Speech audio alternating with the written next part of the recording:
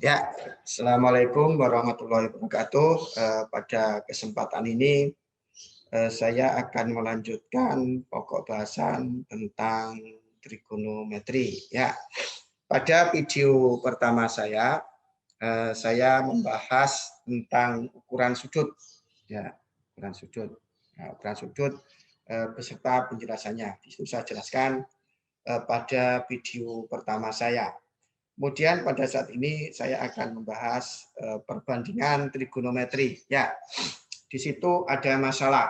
Masalahnya misalkan kita disuruh menentukan tinggi pohon, ya, nah, dengan cara tidak memanjat, ya. Karena pohon itu cukup tinggi, kalau kita memanjat maka berisiko jatuh, minimal tenaga yang kita keluarkan untuk naik pohon terlalu besar, ya. Sehingga di sini matematika membantu kita untuk menentukan tinggi pohon itu dengan cara tidak memanjat pohon. Ya. Setelah pentingnya matematika, bahwa matematika sering terlibat, ya, untuk menyelesaikan persoalan-persoalan yang kita hadapi dalam kehidupan sehari-hari dengan sederhana. Ya, ini. Nah, ini pohon begitu. Maka ketika kita disuruh mengukur tinggi pohon gitu yang cukup tinggi, langkah kita adalah kita mungkin menyuruh seseorang untuk berdiri di dekat pohon itu. Jadi menyuruh seseorang untuk berdiri di dekat pohon itu. Ya, ini seseorang itu.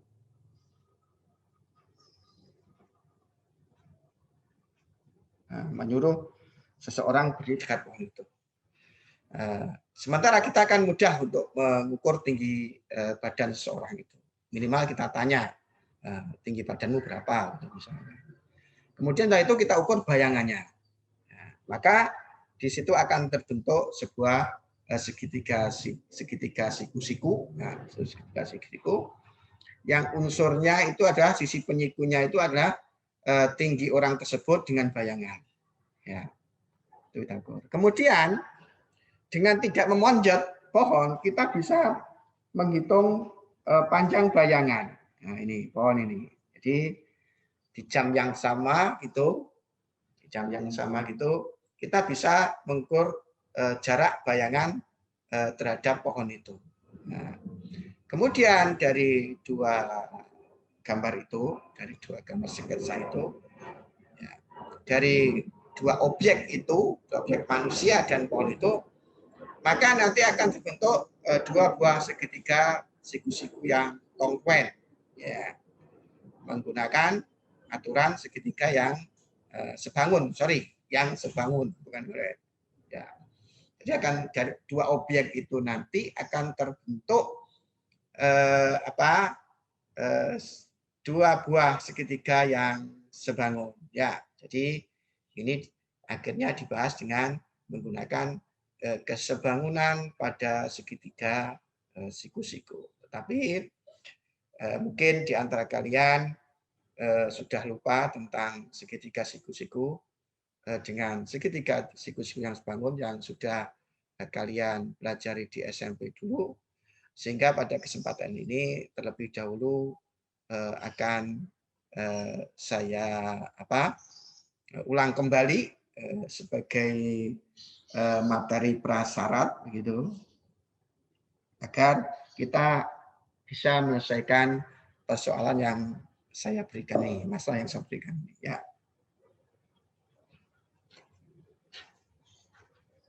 Ya. Maka yang saya bahas terlebih dahulu adalah segitiga siku-siku. Ya, sini segitiga siku-siku. Nah, kalian sudah kenal apa itu segitiga siku-siku. Untuk mengingatkan kembali dan memantapkan pemahaman kalian tentang segitiga siku-siku, maka ini akan saya bahas, ya.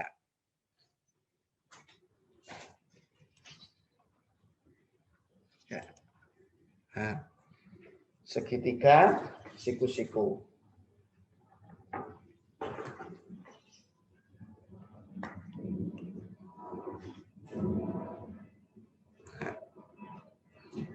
segitiga siku-siku. Kita bahas pertama.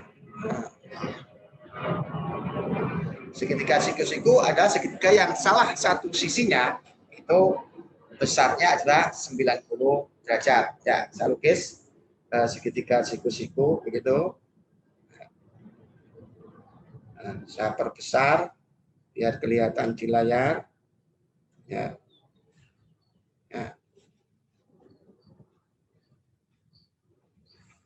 Nah, kemudian untuk melukis segitiga siku-siku, ini diberi tanda siku-siku begini. Ini menunjukkan bahwa sudut itu ada besarnya 90 derajat. Ya. Nah, kemarin pada video pertama saya sudah menjelaskan apa namanya tentang penamaan sudut.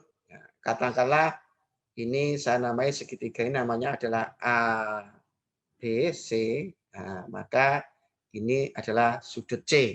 Sudut C. Kemudian ini adalah sudut B, begitu ya, sudut B.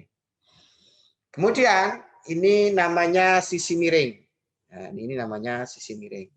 Sisi miring. Sisi miring segitiga siku-siku. Nah, sisi di hadapan sisi B itu saya namakan sisi B kecil. B kecil. Kemudian sisi di hadapan C itu, sudut C ini saya namai C kecil. C ini menyatakan panjangnya AB. Kemudian B ini menyatakan panjangnya C. Kemudian sisi di hadapan, ini sisi di hadapan sudut A, ini sudut A itu adalah sisi A. Sisi A. Maka sisi A sebagai sisi miring, sisi terpanjang dalam segitiga siku-siku. Kemudian B dan C itu adalah sisi penyiku. Ya, maka akan kita analisis ini tentang segitiga siku-siku. Nanti ini sebagai bekal untuk belajar tentang ilmu perbandingan trigonometri. Ya, ini penting. Ya, ada istilah-istilah yang harus saya kenalkan terlebih dahulu. Istilahnya yang saya kenal terlebih dahulu agar kalian nanti di belakang ketika istilah-istilah yang baru saya gunakan, maka kalian memahami istilah-istilah yang saya gunakan. Ya, nah maka di sini yang bisa kita analisis yang pertama bahwa untuk menentukan panjangnya A itu, maka adalah akar, sisi miring itu akar, B kuadrat ditambah C kuadrat. Ya, yang dikenal dengan rumus Pitagoras. Jadi untuk menunjukkan sisi miring, itulah panjangnya sisi B kuadrat ditambah panjangnya sisi C kuadrat di akar. Yang dikenal dengan teorema Pitagoras waktu kalian SMP dulu. Yang kedua, kalau yang dicari katakanlah sisi B, begitu, maka akar. Karena yang terpanjang itu A, maka pasti dikurangi yang terpanjang. Dikurangi C kuadrat. Jadi kalau yang dicari B, maka akar A kuadrat min C kuadrat. Kalau faktanya seperti ini, A-nya sebagai sisi miring, B dan C-nya sebagai sisi penyiku, gitu ya. Kemudian yang bisa kita analisis lagi adalah untuk menentukan C nanti pasti akar A kuadrat min B kuadrat. Nah ini wajib kalian pahami yang dikenal dengan formula Pitagoras. Ya, Pitagoras. Nah, berikutnya yang perlu kalian pahami juga, ini saya tekankan di awal, yang perlu kalian pahami juga, gitu ya. Nah, adalah berikut ini. Berikut ini. Sekarang sudut pandangnya, sudut pandangnya adalah sudut B. Ingat, kita memandang segitiga ini dengan sudut pandang sudut B. Kalau sudut pandangnya sudut B, maka ini penting, C ini namanya sisi samping. Jadi sisi samping. Kalau sudut pandangnya sudut B, maka C ini samping. Artinya sampingnya sudut B. Kemudian B itu adalah sisi depan. Sisi depan. Sisi depannya apa? sudut B. Jadi kalau sudut pandangnya itu adalah sudut B, maka sisi depannya adalah D. Nah, sedangkan A itu adalah sisi miring. Nah, A itu adalah sisi miring. Ingat, ini sudut pandangnya adalah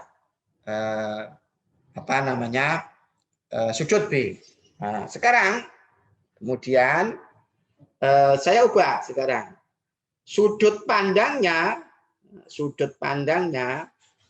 adalah sudut C. Nah, sudut C ini sudut pandangnya sekarang. Sudut pandang sudut C. Kalau sudut pandangnya sudut C ini, maka sekarang yang menjadi sisi samping itu B, bukan A. Sisi sampingnya itu bukan A itu sisi miring. Jadi kejadian apapun A itu sebagai sisi miring, baik sudut pandang B nanti maupun sudut pandang C. Ya, ini B itu namanya sisi samping. Nah, kemudian C ini berarti sisi depan. Sisi depan. Ingat, ya. Paham ini penting ke belakang, ya. Kemudian sedangkan sisi miringnya adalah A itu adalah sisi miring. Nah, jadi kalau ada segitiga seperti itu, maka bisa kita menganalisis seperti ini. Jadi ketika sudut pandangnya adalah sudut B, maka C-nya sisi miring.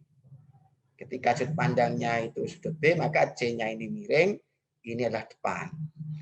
Nah, sedangkan A adalah sisi miring.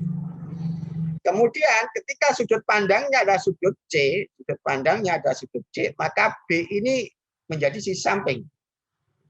Nah, sisi samping. Kemudian C ini sebagai sisi depan. Ya, itu berkaitan dengan segitiga yang harus kalian pahami. Nah, misalkan saya punya begini. Ini ya. Saya punya segitiga seperti ini, seperti itu.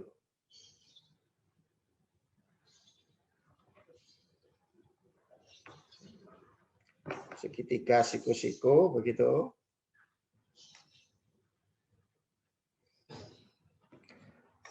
Katakanlah ini adalah 5, itu ini 4 begitu. Nah, ini siku-siku. Nah, maka kita ingin mencari sisi ini, sisi ini, si X, namakan X. Maka ini formula yang cocok adalah formula yang ketiga. Maka X nanti, gitu. Maka X nanti sama dengan akar ini kuadrat 25 dikurangi ini kuadrat 16. Berarti sama dengan akar berapa? 9. Ya, akar 9. Berapa akar 9 itu sama dengan 3. Misalkan ada segitiga lagi. Nah, ini. Katakanlah ini sudutnya adalah alfa.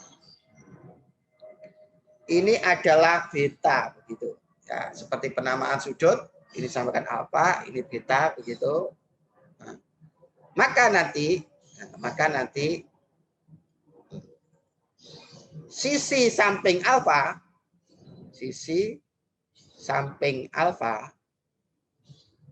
sudut alfa itu adalah panjangnya adalah ini menjadi samping. Kalau sudut pandangnya alfa ini samping. Tadi dari 3. Nah, kemudian kalau sisi depan alfa itu adalah 4. Kalau alfa di sini berarti 4. Jadi nanti kalian harus menentukan kalau ada segitiga siku-siku, pastikan kalian bisa menentukan panjang sisi yang belum diketahui. Kemudian berikutnya adalah kalian bisa menentukan sisi samping, sisi depan dalam sudut pandang tertentu. Nah, kemudian kalau ini sudut pandangnya kan alfa. Kalau sudut pandangnya beta nanti beta, berarti sisi sampingnya beta, nah, samping beta adalah sampingnya beta, berarti ini 4 panjangnya.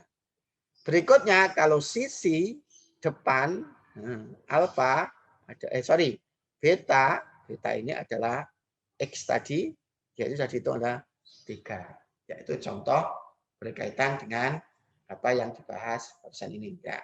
Nanti dikembangkan lagi sendiri, tapi itulah sebagai contoh, salah satu contoh yang berkaitan dengan apa yang dijelaskan barusan ini. Ya.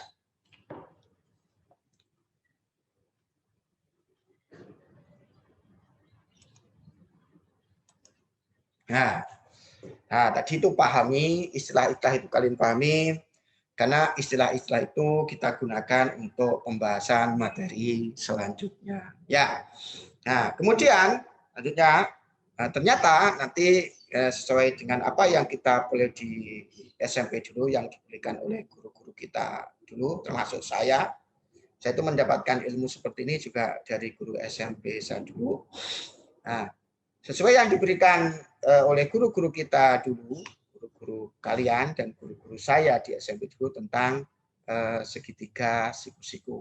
Nah, dalam hal ini akan saya berikan yang kedua tentang segitiga siku-siku. Ini penting. Yang berkaitan dengan segitiga siku-siku, kalau tadi berkaitan dengan Pitagoras, kemudian sisi samping, kemudian sisi miring, begitu.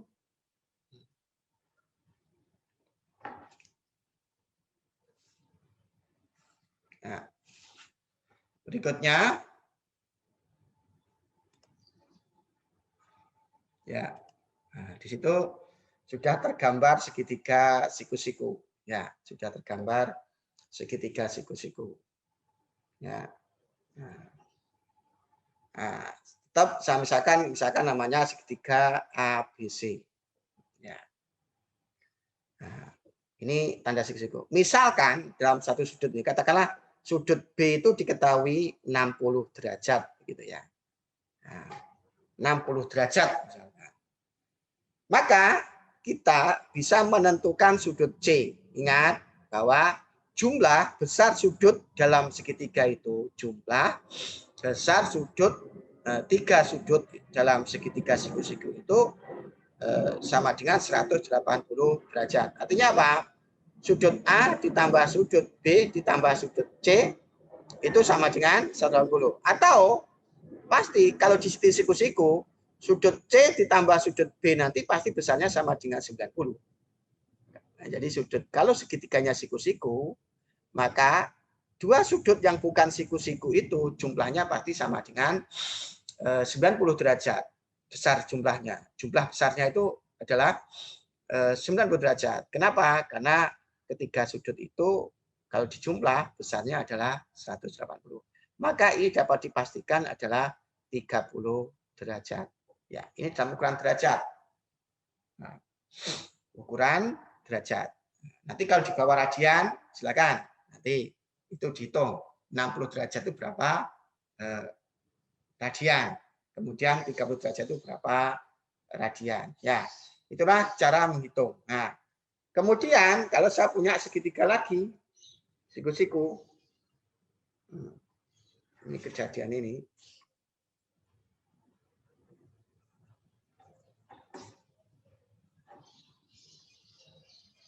Nah, ini segitiga siku-siku. Kemudian ada keterangan begini. Itu maksudnya segitiga siku-siku sama kaki. Segitiga siku-siku sama kaki. Segitiga siku-siku sama kaki. Maka di sini, secara otomatis karena ini segitiganya siku-siku, maka sudut ini sama itu besarnya sama. Yaitu adalah 90 dibagi 2 karena jumlah sudut ini sama ini itu 90 derajat. Maka ini sudutnya 45 derajat, ini juga 45 derajat. Jadi kalau ada segitiga siku-siku sama kaki, maka pada kakinya itu, pada sudut di kakinya itu besarnya adalah 45 derajat. Ya. Kemudian berikutnya, Ya, itu tentang berkaitan dengan segitiga siku-siku beserta ukuran-ukuran sudutnya. Ya. Kemudian kita selanjutnya yang kita mau bahas, ini penting adalah tentang kesebangunan pada segitiga siku-siku. Kesebangunan. Kesebangunan segitiga siku-siku.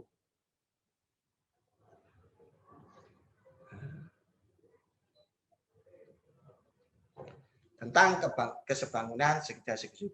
Jadi kalau saya punya, katakanlah ini segitiga, gitu.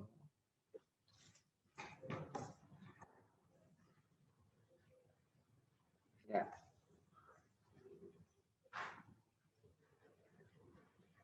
Ya, siku-sikunya di sini, begitu. Kemudian ada segitiga yang lain. Nah,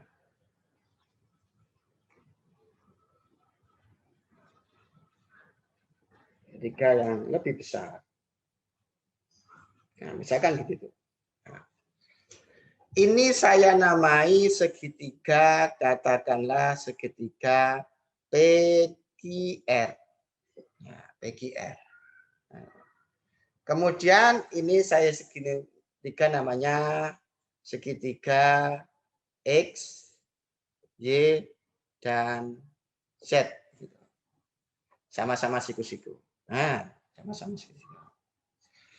Kemudian diketahui di situ bahwa ini sudutnya alfa. Sudutnya alfa. Dan ternyata ini juga alfa. Artinya apa?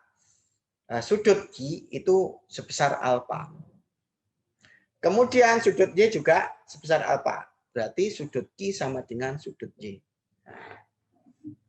Nah, kalau dalam segitiga siku-siku ini ya, sudah diketahui satu sudut itu sama, gitu, maka sudut yang lain ini pasti sama. Nah, maka dua objek ini, dua segitiga ini adalah dua segitiga yang sebangun. Dua segitiga yang sebangun. Ya. Kenapa? Nah, ini nanti sudutnya itu alfa, ini sudutnya alfa. Ya. Sudut ini sama, maka sudut ini sama juga dengan sudut Z.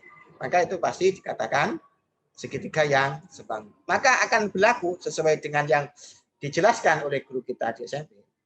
Maka PR, ya, nanti PR ini, PR, per QR, nanti pasti sama dengan perbandingan unsur-unsur yang serta.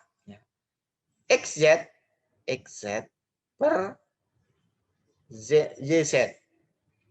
Nah, jadi yang pertama akan terbentuk hubungan bahwa PR dibanding QR, PR dibanding QR pasti sama dengan XZ dibanding YZ. Yang pertama. Akan terjalin hubungan seperti itu. Kalau segitiga PQR ini sebangun dengan segitiga XYZ. Ya, XYZ. Kemudian berikutnya akan terbangun PQ. Nah, PQ, panjang PQ dibanding panjang QR, dibanding panjang QR sama dengan jadi panjang PQ dibanding PQR berarti sama dengan panjang XY, XY dibanding panjang YZ. Nah, akan terbangun hubungan itu. Nah, akan terbangun hubungan itu. Kemudian ya nanti PR dibanding PQ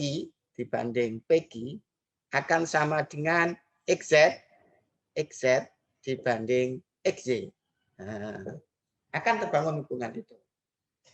Atau kebalikannya nanti, kebalikannya PQ, nah ini kan PQ, ini kan PQ, PR per PQ, ini juga PQ per PR banding PR sama dengan XY dibanding XZ. Ya. Itulah hubungan-hubungan yang bisa dibentuk dari dua buah segitiga siku-siku yang sebangun, ya.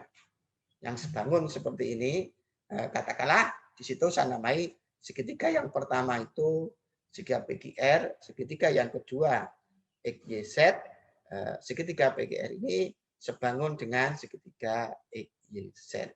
Ya, nah, seperti itu.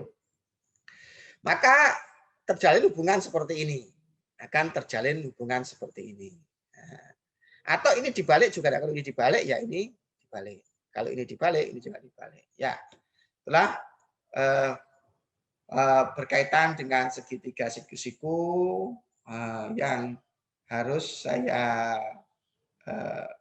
ulangi sejenak, seperti yang sudah kalian peroleh di SMP dahulu. Ya, kita kembali ke persoalan awal.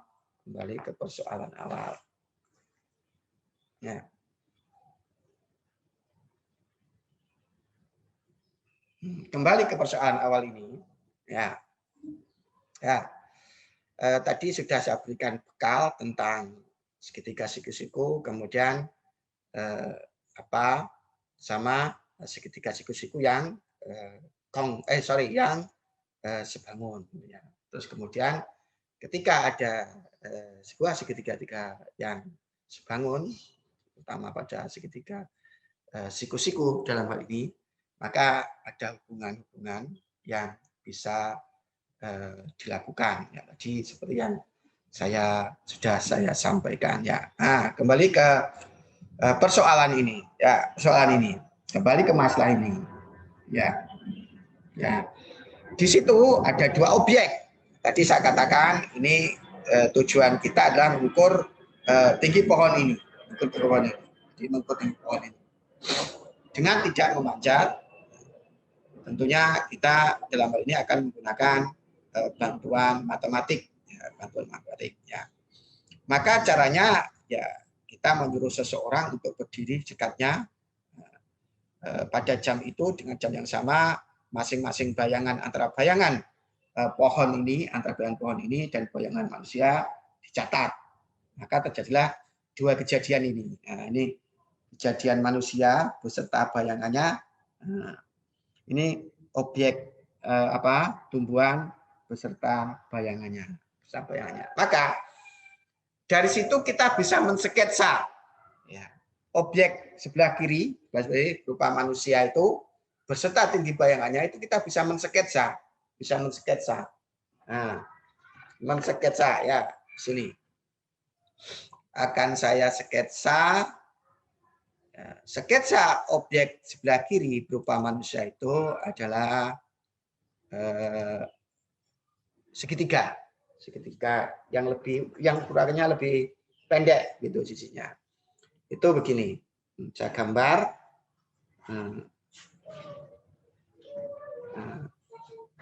Akan terjadi segitiga seperti ini. Nah, ini tinggi manusianya di situ 1,75 cm berarti kalau ini meter. Kemudian ini 1,9. Nah, ini adalah sketsa dari gambar sebelah kiri ini, sketsa dari ini. Nah, sketsanya seperti itu, ya, seperti ini. Kemudian ada tumbuhan di situ, pohon, pohon begitu.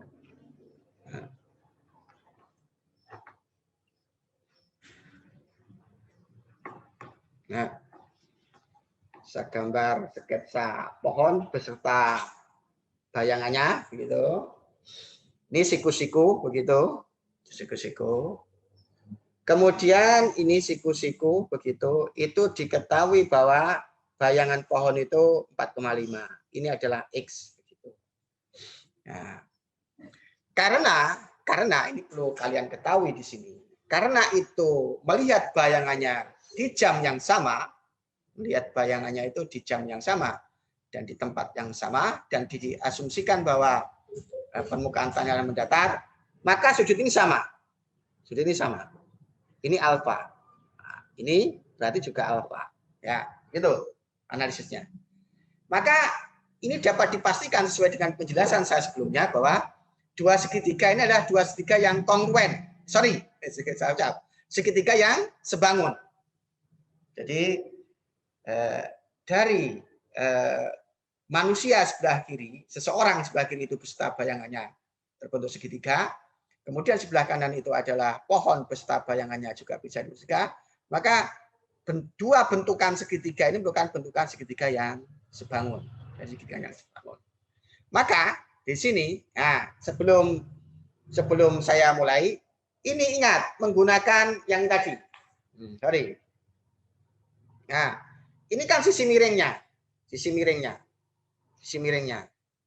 Kemudian di sisi penyikunya. Nah, tadi ini sorry, ini 1,9 ini adalah sisi penyikunya. Maka berlaku untuk menentukan sisi miring, maka berlaku formula ini. Formula yang ini.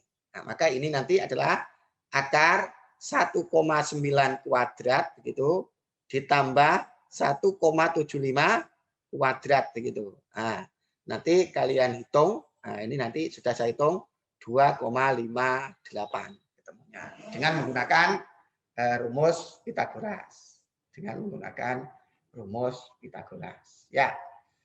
Nah, kemudian kalau kita ingin menggunakan tentang kesebangunan, maka nanti pasti bisa ditemukan. Nah, apa ya tadi? Berarti sisi 1,75 per 1,75 per begitu. Katakanlah memudahkan penamaan ini saya namakan segitiga ini adalah segitiga PQR. Ya. Ini saya namakan X, Y, Z gitu ya. Ini sisi X, kecil, ini X besar. Namakan untuk memudahkan penyebutan. Ya. Maka nanti saya tulis dulu, sorry. Nah, maka ada hubungan QR dibanding PQ ini, dibanding PQ, nah, ini pasti sama dengan YZ nah, per XY. Nah, maka karena ini merupakan dua buah segitiga yang sebangun, gitu, maka QR dibanding PQ ini pasti sama dengan YZ dibanding XY seperti ini. Dari ini nanti kita akan memperoleh, nah, QR-nya 1,75, PQ-nya 1,9, kan itu kan? Maka sama dengan YZ, siapa dia? X yang mau kita tentukan, yaitu tinggi tinggi pohon itu, kemudian per XY yang merupakan bayangan pohon. Nah, nanti saat diproses maka ini nanti X itu nanti kan sama dengan ini kali ini 4,5 itu dikali 1,75 per 1,9. Nah, itu kan. Nah, silakan dihitung. Ini sudah saya hitung, maka nanti X-nya itu adalah 4,15. Jadi ini ketemu adalah 4,15. Ya. Kemudian berikutnya ini yang pertama sudah ketemu. Jadi ternyata dengan bantuan matematika, maka persoalan di sebelah kiri ini, persoalannya sebelah kiri di layar kalian, yaitu persoalan menghitung tinggi pohon dengan tidak memanjat dengan bantuan matematika, maka itu bisa ketemu dengan amat mudah. Yaitulah pentingnya belajar matematika agar persoalan-persoalan hidup yang berkaitan dengan kehidupan kita itu bisa terselesaikan dengan mudah. Sebab itu belajarlah matematika dengan baik biar kalian nanti terampil untuk menyelesaikan persoalan-persoalan yang kalian hadapi. Ya. Nah, sekarang berikutnya akan terjalin hubungan juga,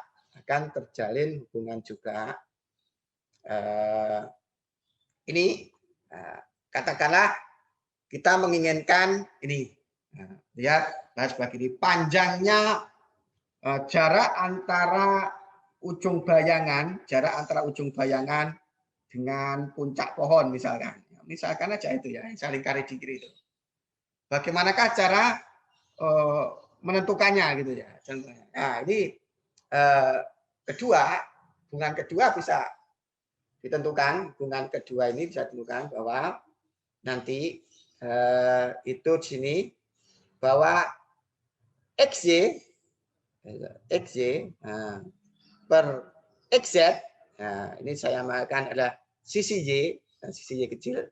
Nah, jadi XY per XZ, satu sekarang, per XZ itu ya, per XZ sama dengan XZ sama dengan ini dibanding ini, berarti sama dengan ini dibanding itu. Berarti apa? PQ dibanding PR. Ya. XY-nya sudah ada 4,5. Nah, ini XZ sama dengan PQ 1,9 per PR. PR-nya adalah 2,58. Ya. 2,58. Maka XZ nanti 4,5 itu 4, dikalikan 2,58 per 1,9. XZ nanti bisa dihitung sama dengan 6,1 ini dikali kemudian dibagi ini setelah saya hitung ada 6,1. Ya, itulah sehingga kita bisa menentukan jarak antara ujung bayangan yaitu di X ini ujung bayangan segajannya dengan puncak pohon ini. Ya. Maka itunya ini. Nah, ini peruntukannya apa? Misalkan ya ini bukannya sekedar pohon. Misalkan begini. Ada tower gitu, ada tower. Ya, antena besar. Ya, antena besar. Ada antena gitu ya. Yang tinggi begitu. Nah, antena begitu. Kemudian agar tidak roboh, maka akan diberi tali gitu ya. Nah, di sini agar tidak roboh, sini juga dikasih tali gitu. Kemudian kita nanti dengan tidak memanjat pohon, tali yang dibutuhkan untuk menancapkan di sini nanti berapa panjangnya, ini panjangnya berapa, maka kasus ini bisa digunakan juga dalam menyelesaikan kasus ini bisa menggunakan aturan dengan kekongruenan itu. Ya, itulah ini tadi ada solusi dari masalah yang saya berikan pada perbandingan trigonometri ini. Ya. Ya.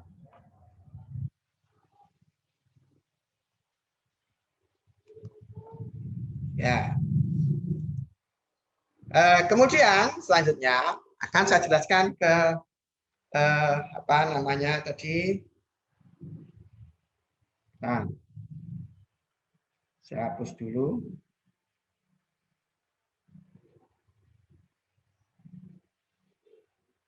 Nah, segitiga sudah sekarang segitiga. Ya, segitiga siku-siku. Nah, kemudian dari penyelesaian tadi, dari penyelesaian gambar yang barusan saya tutup tadi, ya.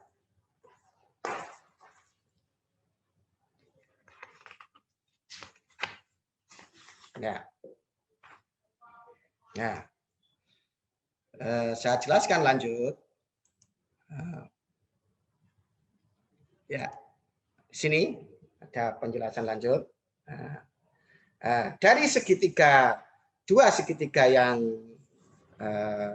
kongruen ini, dari segitiga, dua segitiga yang, saya ucap lagi, sebangun ini dua segitiga bangun.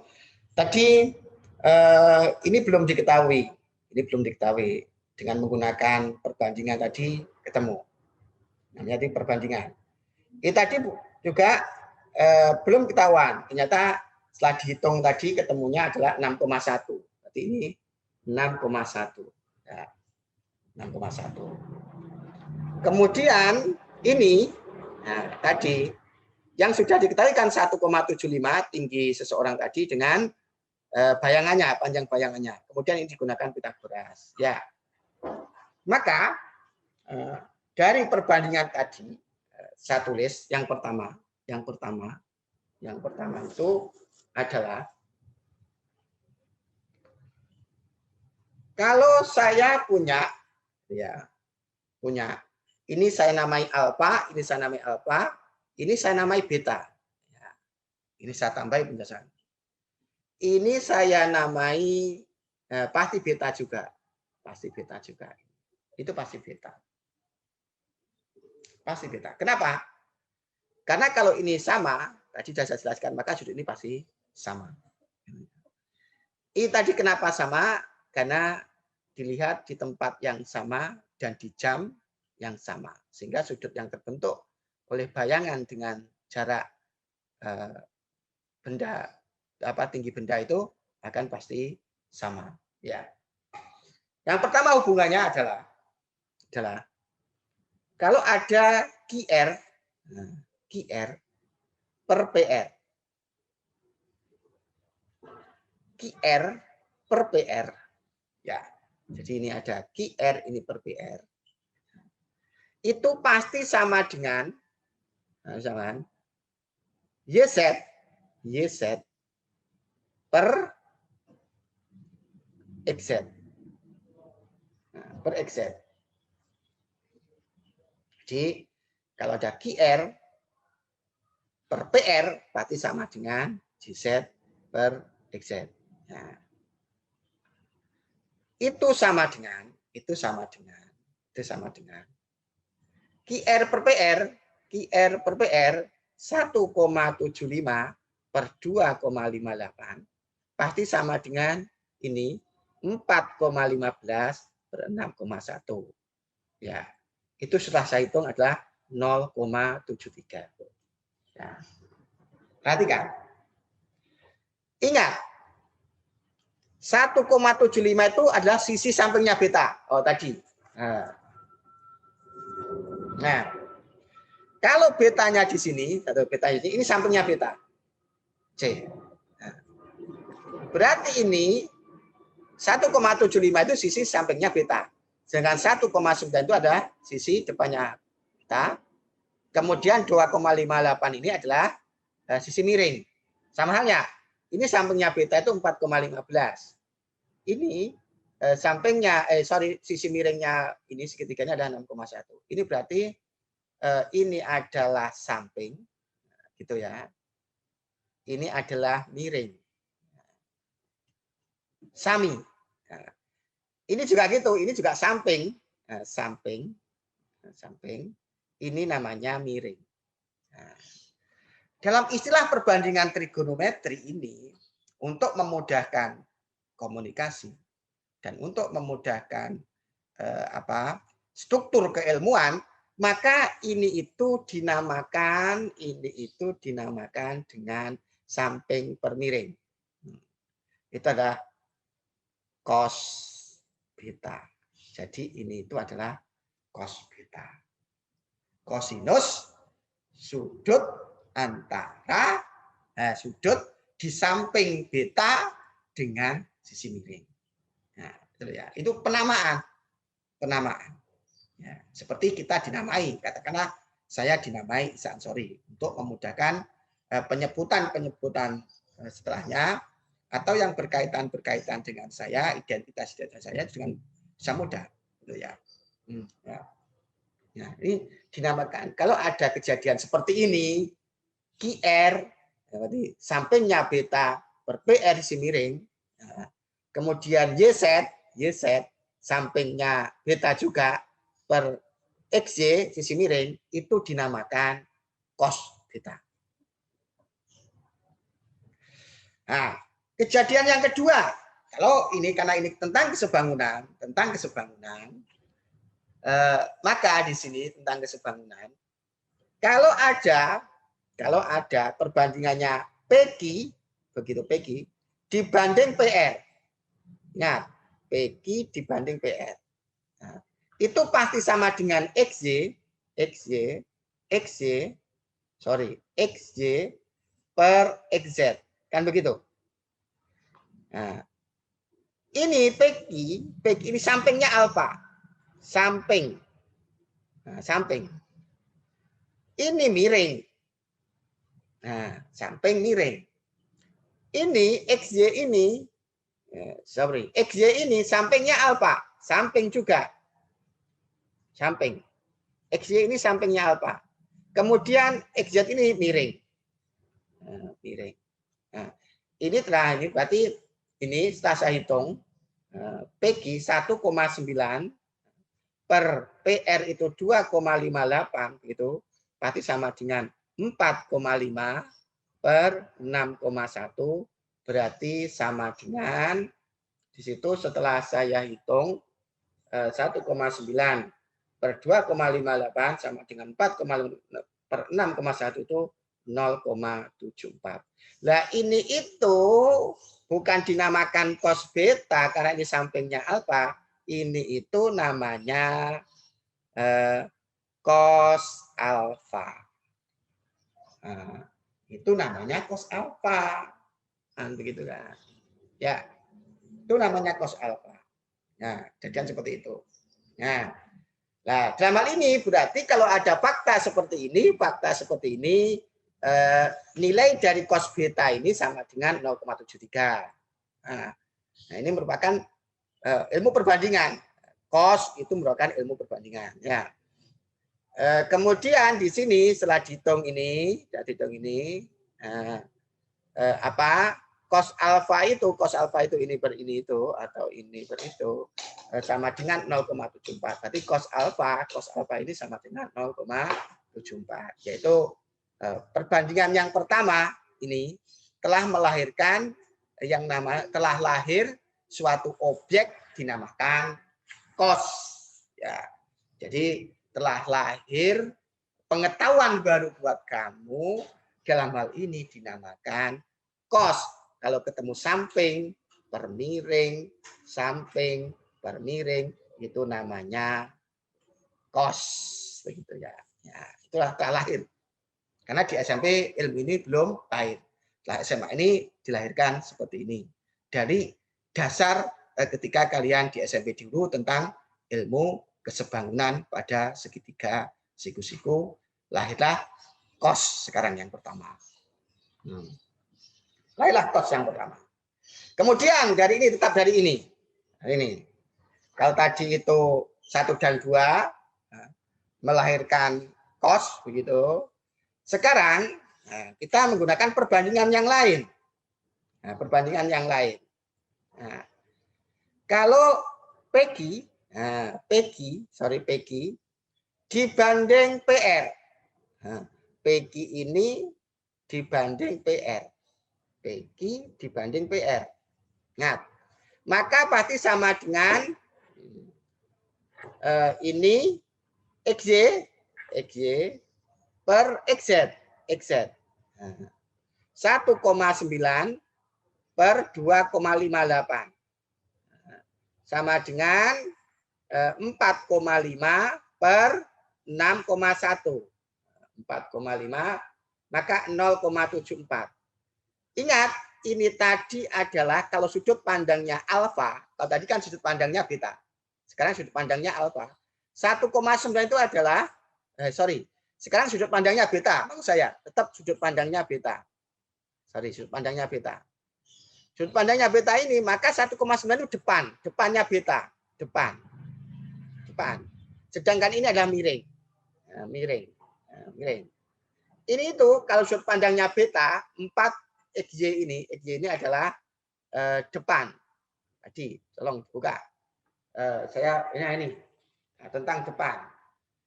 Kalau beta di sini ini depan, ini samping kalau sudut pandangnya beta tadi. Kemudian kalau ini sudut pandangnya C berarti ini samping, ini depan. Ya, seperti itu. Sekarang sudut pandangnya beta berarti PQ ini depannya beta. PQ ini depannya beta, kemudian miring, depan miring. Kalau sudutnya pandangnya beta, XY ini juga depan, depan. Kemudian XZ ini adalah miring. Nah, kalau ada fakta itu PQ per PR, XY per XZ, di mana sudut pandangnya adalah beta, ini depannya beta, ini miring, ini depannya beta, ini miring, maka yang dikenal kalau depan ada sin beta. Nah, sin beta. Berarti sin betanya nanti adalah PQ per R. PQ per R.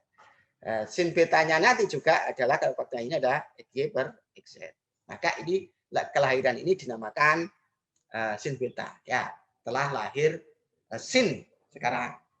Ya, telah lahir sin. Sekarang kalau sudut pandangnya adalah alfa. Sekarang kalau ada QR, ini sudut pandangnya. Kalau ini kan sudut pandangnya apa? Sudut pandangnya adalah beta tadi. Nah, sorry. Ini tadi juga sudut pandangnya adalah beta. Sudut pandangnya beta. Ini ada sudut pandangnya adalah sudut beta, kan gitu kan? Nah, sudut beta. Sekarang ini juga sudut pandangnya sudut beta. Beta.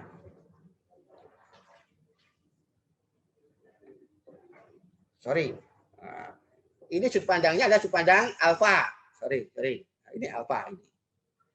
Sekarang ini sudut pandangnya beta, kemarin sudut pandangnya adalah alfa sekarang. Sudut pandangnya alfa. Sudut pandangnya alfa sekarang. QR per PR itu sama dengan QR per PR itu sama dengan YZ itu per XZ. Ya, perhatikan di sini. XZ.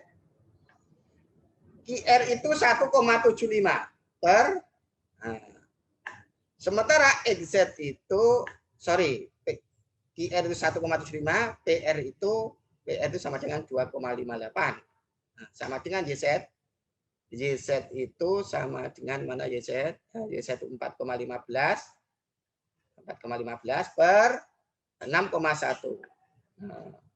4,15 6,1 itu adalah 0,74. Ingat, ini nanti ada sudut pandangnya adalah sudut alfa. Nah, sudut alfa. Nah, sudut pandangnya ada sudut pandang alfa di sini. Maka ini nanti ingat QR ini adalah kalau sudut pandangnya alfa ini depan. Berarti ini miring. Nah, ini miring. Nah, miring. Berarti kalau ini sudut pandangnya alfa, ini adalah depannya alfa, depan. Ini depan. Kemudian ini miring. Nah, ini miring. Nah, depan miring sesuai dengan ini tadi, kalau ini sudut pandangnya beta, depan termiring itu lahir sin beta.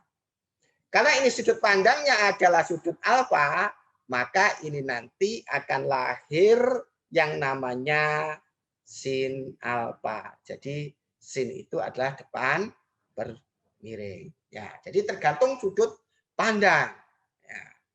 Ya. Yang tadi QR per PR, QR per PR kan melahirkan cos tadi, karena sudut pandangnya beta.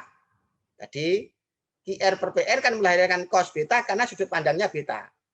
Tetapi di sini QR per PR melahirkan sin alfa karena sudut pandangnya adalah sudut alfa. Kalau sudut pandangnya alfa maka ini depan, ini miring. Kelahiran dinamakan kalau ada depan per miring namanya sin. Kalau ini tadi karena sudutnya pandang, ini berarti QR-nya itu samping. Kalau sudut pandangnya beta, QR ini samping. Nah, ini kan. Ini miring. Kalau samping dan miring itu, kalau kelahirannya dari samping dan miring, itu berarti lahir cos. Karena sudut pandangnya B, ini sudut pandangnya cos sudut beta, maka ini jadi samping, ini miring. Ya, begitulah caranya. Nah, sekarang yang berikutnya. yang berikutnya. Nah, yang berikutnya. Yang berikutnya. Ini sudut pandangnya adalah kalau ada PG begitu, sorry, PG per QR. PG per QR. Itu sama dengan, kalau PG per QR sama dengan XY per YZ. Kan gitu. PG per QR sama dengan XY per YZ. Ya. Sama dengan PG itu 1,75 per PG-nya itu 1,9 per 1,75. Nah, ini hati-hati. PG-nya itu 1,9, ini itu ada 1,75. Ini tadi kan sama dengan ini 4,5 begitu per ini 4,15. Nah, 4,5 per 4,15. 4,5 per 4,15. Kalau hitung saya hitung 0. Nah, ini saya hitung ini. Nah, kalau ini sudut pandangnya adalah beta, semuanya beta. Nah, ini adalah sudut pandang beta, berarti ini depan. Ini adalah samping. Kalau sudut pandangnya beta, ini kan depan, ini samping, kan gitu kan. Kalau sudut pandangnya beta, ini berarti kan depan, ini depan, XY itu depan, kan gitu. Ini adalah depan, ini adalah samping. Kalau sudut pandangnya beta, berarti XY ini depan, ini adalah samping. Kalau ada depan per samping, maka lahirlah yang namanya tangen. Tangen siapa? Tangen sudut pandangnya tadi. Sudut pandangnya apa? Itu berarti tangen beta. Jadi tangen beta itu ya PQ per QR. Kalau segitiganya ini. Tangen betanya ini berarti XY per YZ. Nah, sekarang kejadian yang sama, ini PQ. Nah, PQ begitu. PQ. Ini QR. Nah, sama dengan XY per YZ begitu ya. Berarti ini adalah siapa ini? Adalah kalau sudut pandangnya nanti yang hasilnya sama 1,09 begitu. Ini sudut pandangnya adalah alfa. Kalau sudut pandangnya alfa, ini tuh samping. Ini samping. Sebenarnya apa? Ini itu PQ itu samping, QR itu adalah depan. Gitu kan? Kalau sudut pandangnya alfa, ini itu adalah samping. Nah, sementara karena sudut pandangnya alfa, ini itu adalah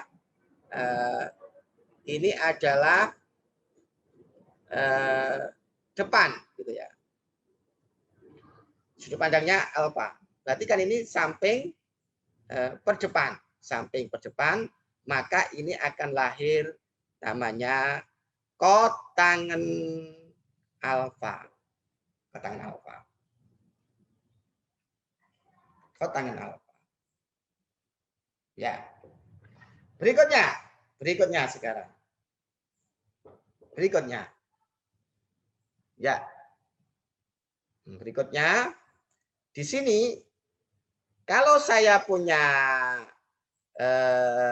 QR gitu ya. QR tadi QR per PQ, nah, itu pasti sama dengan kalau QR per PQ pasti sama dengan YZ per XY. Nah, kalau ini sudut pandangnya adalah alfa, sudut pandangnya adalah sudut alfa, gitu, sudut alfa, maka QR ini adalah depan. Depan. Ini adalah samping, karena sudut pandangnya alfa. Kalau sudut pandangnya alfa, YZ ini adalah depan. Depan. Kemudian XY ini adalah samping. Ingat, depan per samping. Nah, kalau depan per samping, sudut pandangnya beta itu tangen beta. Tetapi karena ini adalah depan per samping, sudut pandangnya adalah alfa, maka ini adalah namanya yang dinamakan tangen alfa. Begitu juga nanti kalau sudut pandangnya itu adalah ini QR per PG sama dengan YZ per XY.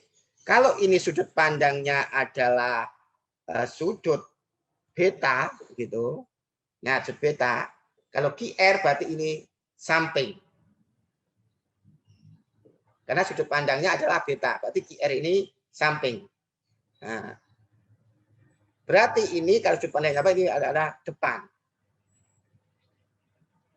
Nah, sudut beta. Karena sudut pandangnya beta, kalau samping per depan itu yang dinamakan kotangen beta. Kotangen beta. Nah, seperti tadi. Kalau ini sudut pandangnya alfa, ini samping, ini per depan, maka kotangen alfa. Karena sudut pandangnya alfa. Jadi kalau samping per depan itu alfa.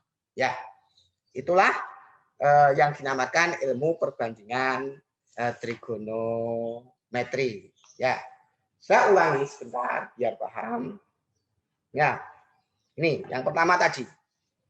Kejadian yang pertama atas kelahirannya. Ya. Jadi ini kalau ada PG, kemudian ada PR, ada PG, ada PR, kemudian ada XY, ada XZ. Kalau sudut pandangnya beta,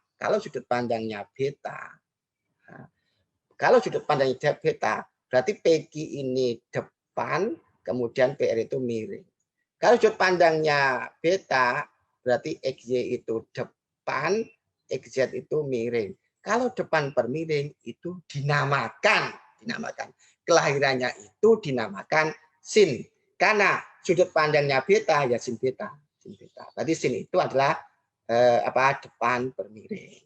Sin itu apa? Depan per miring. Ya. Berikutnya ini. Sama. Sekarang QR per PG. QR per PR. QR per PR itu sama dengan YZ per EZ. Sekarang sudut pandangnya adalah alfa. QR itu berarti depan. Ini apa? Depan. PR itu miring. Ingat, kalau sudut pandangnya itu ini, perhatikan sudut pandangnya itu adalah alfa, maka QR ini sudut pandangnya alfa ini bahwa QR itu adalah depan ini depan. Kemudian PR itu miring. Nah, kalau sudut pandangnya alfa berarti YZ ini adalah depan ini, ya, depan. Kemudian ini miring. Depan per miring, kalau lahirnya itu dari depan per miring, dinamakan anaknya itu namanya sin. Nah, karena depan per miring tadi adalah acuannya adalah alfa, maka sin alfa. Berikutnya, dengan fakta yang sama ini. Sekarang acuannya, sudut pandangnya adalah sudut beta. Sudut beta. Ada sudut beta. Beta ini. Ini sudut beta ini. Nah, kalau sudut beta berarti kalau ada QR per PR per PR, nah, QR per PR, karena sudut pandangnya itu adalah beta, maka ini adalah samping. Sementara ini adalah miring, Sama juga, kalau sudut pandangnya beta, yang namanya YZ itu adalah YZ itu samping, ini sampingnya beta. Kemudian ini miring. Kalau kelahirannya itu samping per miring, itu dinamakan dalam perbandingan, sekali dinamakan. Kalau sudut pandangnya beta, kalau samping per miring, namanya cos. Kalau sudut pandangnya itu ada beta, maka cos beta. Ini juga begitu.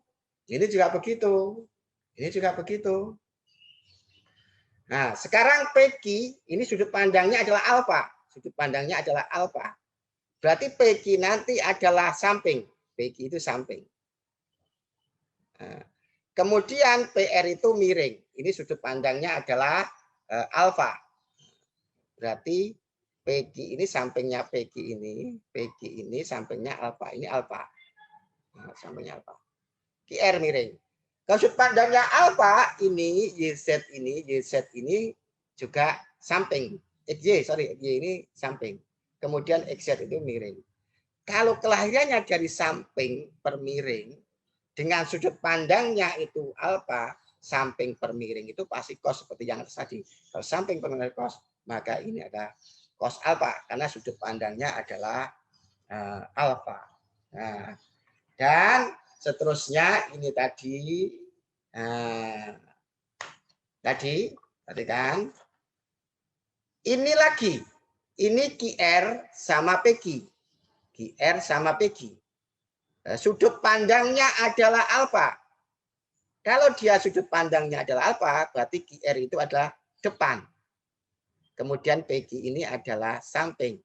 Kalau kelahirannya depan per samping, itu namanya tangan. Karena sudut pandangnya adalah alfa, ya tangan alfa. Nah, itulah. Maka di sini akan saya singkat.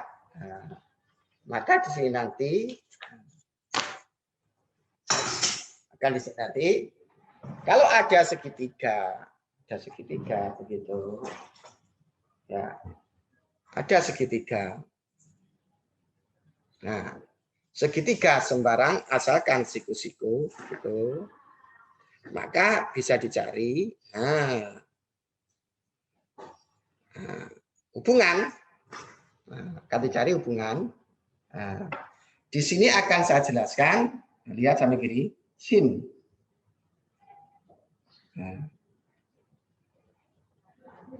Ya, sin. Sorry, ini yang sin. Nah, kalau ini sudut, ini adalah siku-siku. Kemudian ini alfa, gitu. Ini alfa. Kemudian ini adalah beta, begitu. Ini segitiganya adalah A, ini B, ini C, begitu. Maka kalau definisi sin, gitu. Definisi sin, sinus suatu sudut. Yang pertama, sudut pandangnya alfa. Kalau sin alfa itu berarti katakanlah ini sisi B, kan depannya B. Ini sisi A, begitu. Ini sisi C. Adalah depannya alfa. Sin itu kan demi depan. Karena alfa ya depannya alfa per miring. Nah, itu definisinya. Depan per miring, depannya alfa siapa? Sisi B dalam kaitan dengan ini. Per miringnya siapa? A. Gitu. Tetapi kalau sudut pandangnya adalah beta, sin beta, maka nanti ini akan lahir. Berarti depannya beta, sisi depannya beta per miring. Kalau sudut pandangnya beta, maka depannya C. C per A, miringnya sama. Nah, itu definisi sinus. Kemudian, kalau definisinya kan saya menggunakan definisi dari kosinus. Nah, tadi jelaskan, kalau definisi kosinus kosinus. Nah, kalau nanti dicari adalah cos alfa, ingat cos tadi saja kan, cos itu adalah samping per miring. Berarti ini samping alfa per miring. Sudut pandangnya alfa sekarang. Kalau alfa sampingnya itu C. Sampingnya itu C. Ingat tentang samping miring tadi ini. Harus paham di sini. Nah, ini tadi kalau sudut pandangnya beta, ini si C itu sampingnya beta, ini sisi depannya. Ini miring. Kalau sudut pandangnya C, ini sudut pandangnya B, ini sudut pandangnya C, sorry.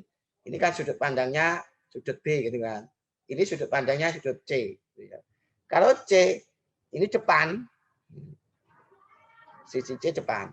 Kemudian B-nya adalah miring. Jadi di awal tadi sudah saya jelaskan apa itu samping, apa itu miring. Ya. Berarti cos tadi setelah saya jelaskan adalah samping per miring. Samping per miring. Samping per miring. Nah, karena cos alfa, sudut pandangnya alfa, sampingnya alfa. Sampingnya alfa. Ya. Sampingnya alfa itu C. C. Per apa? Per miring. Miringnya adalah A. Nah, tetapi kalau sudut pandangnya itu adalah beta, cos beta, gitu, beta, maka yang ini berarti ada samping beta per miring, samping beta per miring, samping per miring. Berarti karena sudut pandangnya beta, sampingnya itu B, B per miring adalah A. Nah, berikutnya adalah definisi tangen. Nah, ini definisi tangen.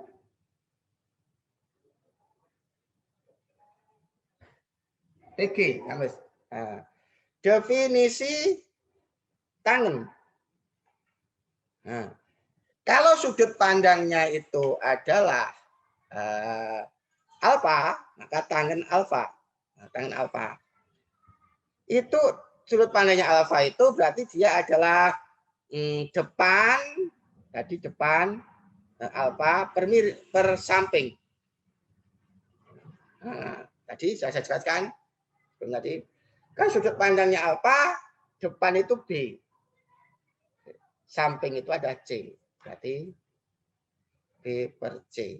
Nah, karena depannya alfa itu B dan sampingnya alfa itu C, berarti depan per samping.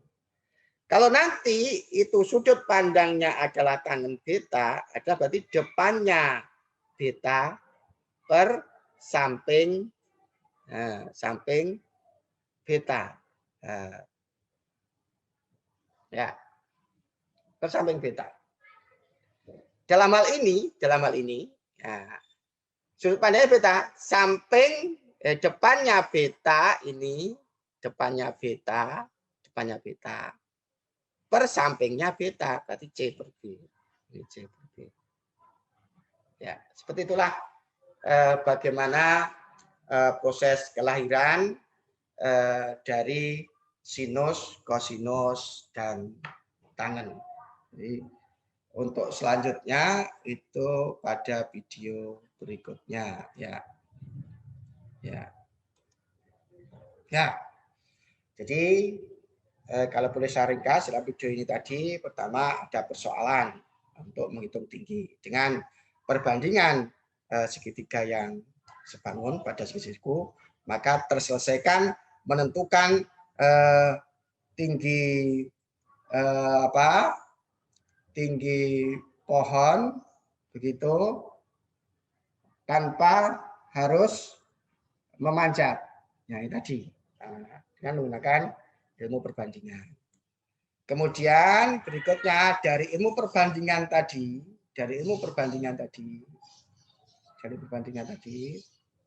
maka lahirlah sinus. Maka lahirlah sinus. Sinus itu apa? Sinus itu adalah sisi depannya,